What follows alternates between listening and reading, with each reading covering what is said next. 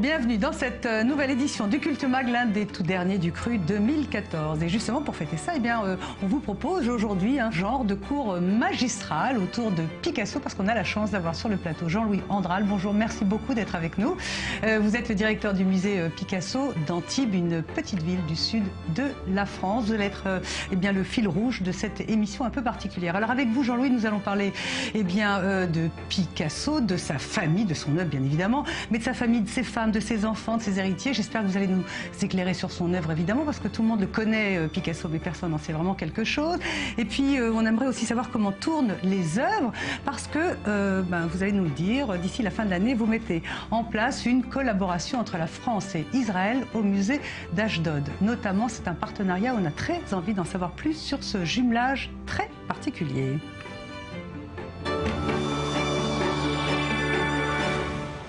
Voilà pour ce sommaire. Merci beaucoup d'être avec nous sur i24 News.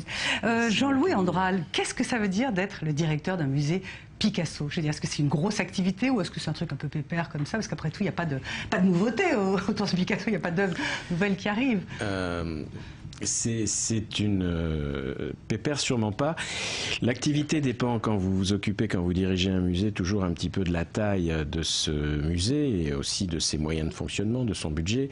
Vous le savez, il y a en France 2 musées Picasso. Le musée d'Antibes a été le premier chronologiquement existé, donc c'est pas rien. Ça a même été le premier musée Picasso au monde, donc c'est quelque chose qui lui donne un style.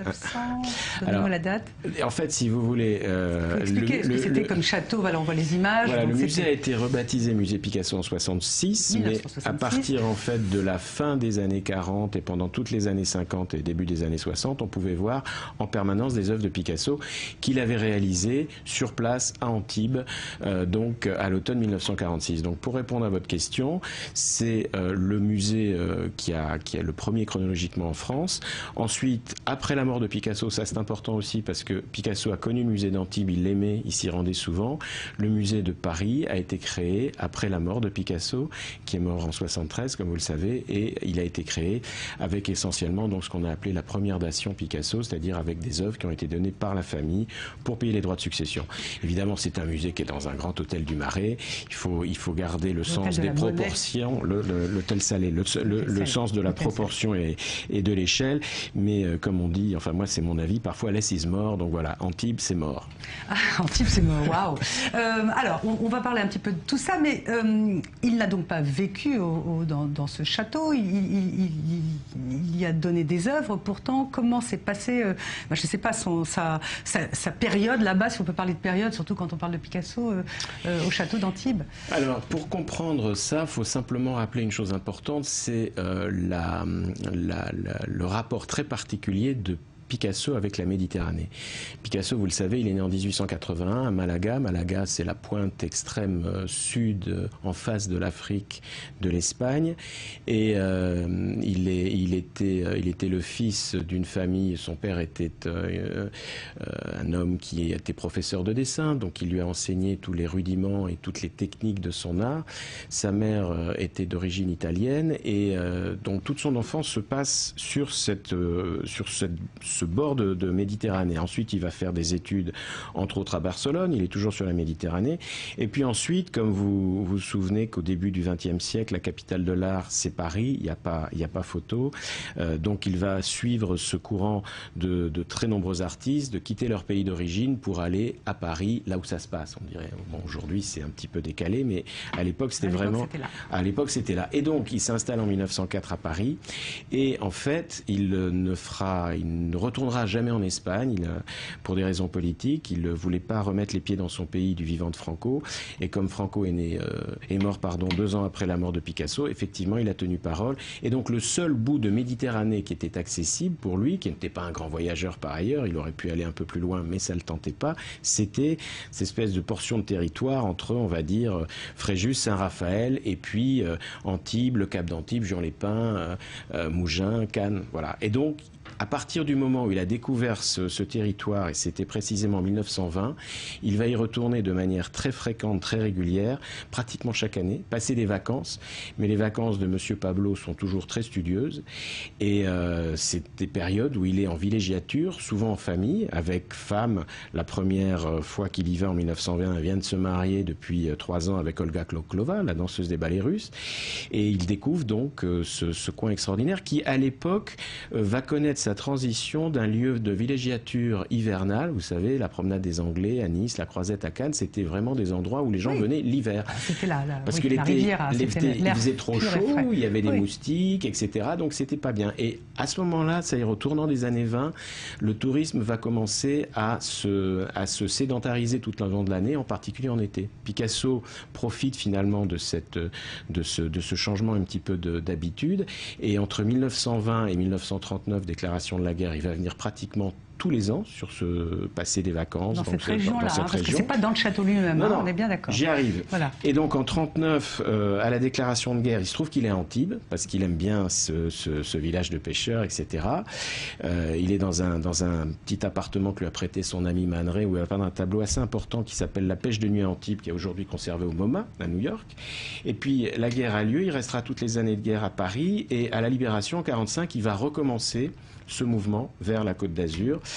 La vie pour lui a changé, sa vie personnelle, sa vie au sens artistique, mais au sens humain aussi. Il est avec une nouvelle compagne qui s'appelle Françoise Gillot, qu'il a rencontrée en décembre 1943 à Paris, qui a 40 ans de moins que lui, qui est peintre. On va parler après de ces femmes. Enfin, je veux pas non, c'est juste pour répondre à votre question. Tout à fait. Et donc, il décide de partir avec elle, voilà, à nouveau par là, et il n'a pas de point de chute. Il demande à un de ses imprimeurs, Louis Faure, s'il peut louer une petite villa qu'il connaît à Golfe-Juan. Il y va avec Françoise. Et il commence cette vie un peu de vacances où il se lève tard, il va manger une bouillabaisse au bord de l'eau, ensuite il y a les courtisans qui viennent le voir, mais il n'a pas de lieu pour travailler. Et donc, comme enfin, je veux dire d'espace, au sens atelier. Parce que j'ai lu quelque part qu'on dit de cette période-là de Picasso que c'était la période optimiste, la période heureuse. Alors, on le dit d'autant plus que, donc, on lui trouve un atelier parce qu'un ami commun lui présente le conservateur de ce château que vous évoquiez, qui n'est pas du tout un musée d'art moderne, qui est un musée consacré au passé archéologique et médiéval d'Antibes. Vous savez, Antibes... Oui, on voit les voilà, images. On voit ce beau château. Qui appartenait au Grimaldi, d'après ce que j'ai... Antibes, voilà, c'est une ville très ancienne. D'ailleurs, le nom grec d'Antibes, c'est Antipolis. Ça montre bien ses racines très anciennes. Ça a été au Moyen-Âge dans la famille Grimaldi. Et ce château, qui est donc devenu un musée consacré à ce passé-là, sur l'instigation de cet homme très extraordinaire qui s'appelle Dore de la Souchère, va devenir pendant 2 mois un atelier, une pièce du second étage, va devenir un atelier pour Picasso. Il y passe donc, il y vit pas, mais il vient travailler tous les jours dans l'après-midi, et entre la mi-septembre et la mi-novembre 1946, il fait une production très extraordinaire d'œuvres qu'il va finalement, quand il fait un peu froid dans le château et qu'il repart à Paris, il voyage en voiture, il ne peut pas mettre ça dans le coffre, il le laisse sur place. Qu'est-ce qu'il a fait de majeur là-bas? Alors il a fait des choses très extraordinaires et qui sont... Il y a 2 parties dans la collection. Il y a grosso modo il y a 25 peintures à peu près qui sont parfois de format important sur des matériaux très bizarres qui sont liés à l'immédiate après-guerre parce qu'on ne trouvait pas des matériaux pour peindre. Donc il a peint sur du contreplaqué, sur des panneaux de fibrociment avec de la peinture industrielle. Et il y a deux grandes, on va dire, catégories dans ce qu'il a fait. Il y a des œuvres qui sont magnifiquement post-cubistes, qui sont de cette manière de peindre un peu cubisante de l'après-guerre, donc des natures mortes, des nus très stylisés. Et puis aussi, vous voyez là la joie de vivre, il y a des œuvres qui sont très figuratives et qui sont dans cette espèce d'atmosphère qu'il aimait tant, de mythologie méditerranéenne avec les faunes, les satyres, les Françoise Gillot qui est transformée en nymphe. Et puis il y a toute cette partie aussi de la vie populaire des pêcheurs qu'il aimait beaucoup. Donc voilà, c'est ce mix. Et c'est pour ça, je termine juste par rapport à votre question, c'est pour ça qu'on dit que c'est une période heureuse parce qu'il sort de ces peintures un peu grises, dramatiques qu'il avait fait à Paris pendant la guerre. Il retrouve la lumière de la Méditerranée qu'il aime tant. En plus, sa jeune compagne lui annonce qu'elle est enceinte, ce qui n'est pas rien. Picasso a 65 ans, il a une vie, il a déjà des enfants, etc. On parle justement, c'est une parfaite transition parce que je voudrais avoir un peu d'infos. Oui, je vous laisse juste un peu. Voilà, et donc c'est pour ça que c'est vraiment un moment, l'exposition d'ouverture que j'ai faite fait, après les travaux, sur cette période, j'avais appelé l'ère du renouveau. Vous voyez, parce que c'est un renouveau dans sa vie et dans son œuvre. Alors, Jean-Louis Andral, voilà, c'est énorme, Picasso. Voilà, c'est sans fin. Hein. Je pense que vous pourriez rester ici 3 heures à nous vous en parler. La famille, les héritiers, qui possède quoi? Qui s'entend pas? Qui s'entend avec qui? Qui décide de quoi? Alors, c'est une question qui demanderait un petit peu de temps, mais on va aller vite. En fait, Picasso... Oui, parce qu'après, il faut qu'on parle d'Israël. Picasso a été donc à une vie personnelle, on va dire, assez, peut-être pas mouvementée, mais il a donc connu plusieurs compagnes dans sa vie, et il a pu avoir donc des enfants avec ses différentes compagnes. Donc aujourd'hui, on est dans une situation où Picasso est mort en 73, la succession a été faite, cette succession a pris du temps, parce que Picasso avait une particularité, c'est qu'il a conservé énormément d'œuvres avec lui, et des œuvres de toutes les périodes et de toutes les époques. Donc finalement, quand il est mort, on a trouvé un ensemble d'œuvres très extraordinaires, et cet ensemble d'œuvres a été inventorié et a été donc réparti aux différents héritiers de Picasso. Là, pendant que vous parlez, on voit des images, voilà, de ses enfants, de ses femmes. On voit des images de sa famille, on peut le dire. Et donc aujourd'hui... Mais elle s'entend, cette famille? Alors cette famille s'entend, oui, tout à fait. Cette famille s'entend.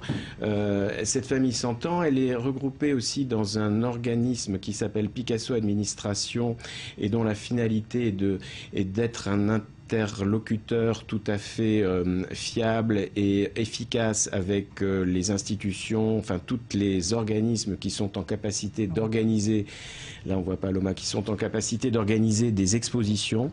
Et donc Picasso Administration aujourd'hui, c'est quelque chose qui permet d'avoir de très bons rapports avec, si vous voulez, la partie, on va dire, juridique, reproduction des droits, oui, enfin bon, tout ce qui est production de produits dérivés. Voilà, bon. le business, mais dans le bon sens du terme, parce qu'évidemment, quand on fait des expositions, ça n'a pas l'air de business, mais il y a des produits dérivés, des choses derrière, donc ça s'y apparente aussi. Alors vous êtes très bavard, j'aurais voulu vous demander qui avait décidé de faire une voiture Picasso, parce que c'est vrai que ça a choqué à l'époque, mais on va laisser tomber cette question, parce que ce qui nous intéresse, c'est que votre musée d'Antibes est en train de préparer une collaboration en Israël avec un petit musée d'une petite ville à Ashdod, qui n'est pas c'est pas Tel Aviv, c'est pas Jérusalem. Alors je voulais savoir pourquoi Ashdod, est-ce que c'est une volonté politique? Et puis qu'est-ce que vous allez faire surtout? Écoutez, au risque de vous décevoir, je ne crois pas qu'il y ait encore trop de politique dedans. Pour moi, c'est un projet qui vient, d'abord juste un mot pour dire que ce voyage n'est pas du tout le premier pour moi, et que je connais peut-être pas très bien ce pays, mais que le voyage en Israël, vous voulez dire? Voilà, oui, vous êtes venu plusieurs fois. J'y étais souvent, et donc j'ai collaboré, non pas en tant que directeur du musée Picasso d'Antibes, mais dans une autre vie, avec le musée d'Israël et le musée de Tel Aviv.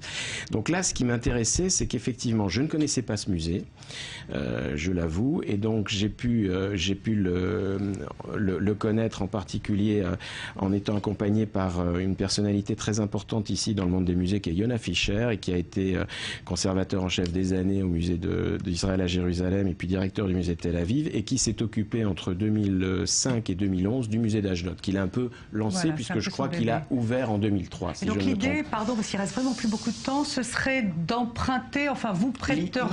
L'idée, vous savez qu'ils ont un festival lié à la Méditerranée dans ce musée, parce que Ashdod produit un festival méditerranéen, et chaque année le musée fait une exposition en liaison avec le festival.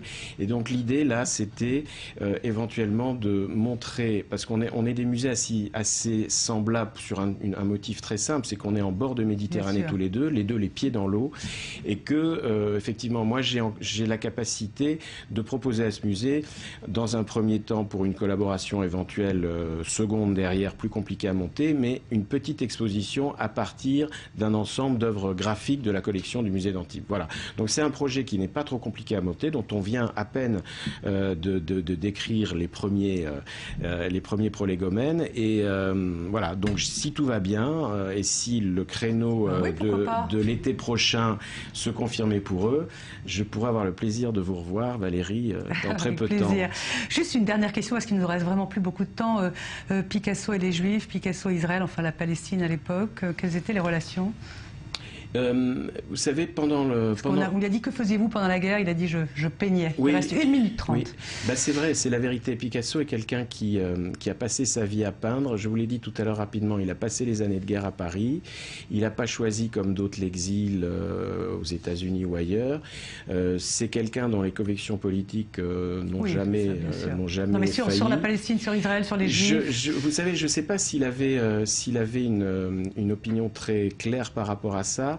En tout cas, ce que je peux vous dire, c'est qu'il plaisantait souvent sur les origines donc, de la famille de sa mère, qui était une famille d'origine italienne de la banlieue de Gênes, et dont on disait dans sa famille à lui que c'était une famille d'origine juive. Donc Picasso disait parfois qu'il était peut-être juif. Vous allez faire plaisir à tous les grands-parents qui pensent toujours qu'il y a quelqu'un de juif. Je sais pas. Mais en tout cas, Picasso était un homme profondément de gauche, comme vous le savez, et son engagement au Parti communiste l'a prouvé quand il s'est inscrit en 1944. Voilà, c'est quelqu'un qui avait une imminente et une grande conscience politique, et voilà, je pense que si vous voulez, par rapport à cette question, c'est un artiste dont on ne doit jamais mettre en doute les convictions politiques et l'honnêteté politique. Bon, écoutez, merci beaucoup. On vous recevra à nouveau lorsque cette exposition avec Ashdod sera finalisée. Merci beaucoup Jean-Louis Andral d'être venu sur le plateau du Culture Mag. Merci à vous Valérie.